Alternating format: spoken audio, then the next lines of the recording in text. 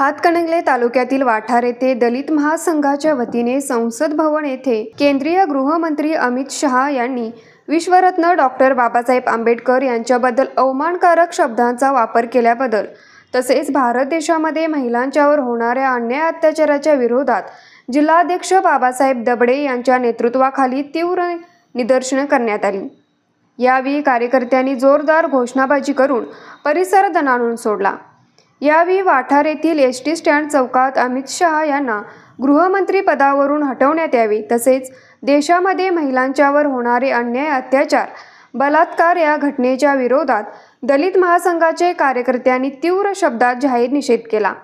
तसेच परभणी येथील दलित कार्यकर्ते सोमनाथ सूर्यवंशी यांचा पोलीस कोठडीत झालेला मृत्यू हा वेदनादायी असून या घटनेची उच्चस्तरीय चौकशी करून संबंधित अधिकाऱ्यांवर गुन्हे दाखल करून बडतर्फ करण्यात यावे। सोमनाथ सूर्यवंशी यांच्या कुटुंबियांना आर्थिक मदत मिळावी अशी मागणी यावेळी करण्यात आली।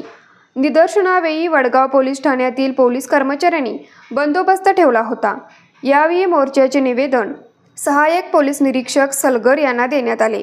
यावेळी दलित महासंघाचे युवा जिल्हाध्यक्ष धनाजी सकटे, जिल्हा उपाध्यक्ष महावीर सर्वगोड, संघटक भावसो आवळे, हातकणंगले तालुका अध्यक्ष ज्ञानेश्वर अवघडे, संदीप कांबळे, प्रकाश कांबळे, धनाजी परीट, जावेद कुरणे, शरद कांबळे, स्वप्नील शिंदे, राहुल क्षीरसागर यांच्यासह अनेक कार्यकर्ते उपस्थित होते। न्यूज मराठी 24 साठी विनोद शिंगे, कुंभोज।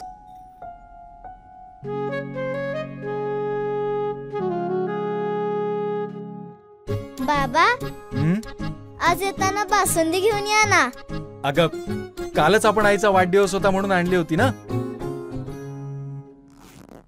ऐकलं, गोकुळची बासुंदी पुन्हा खावीशी वाटतेय। खरं सांगू, मलाही खावीशी वाटतेय।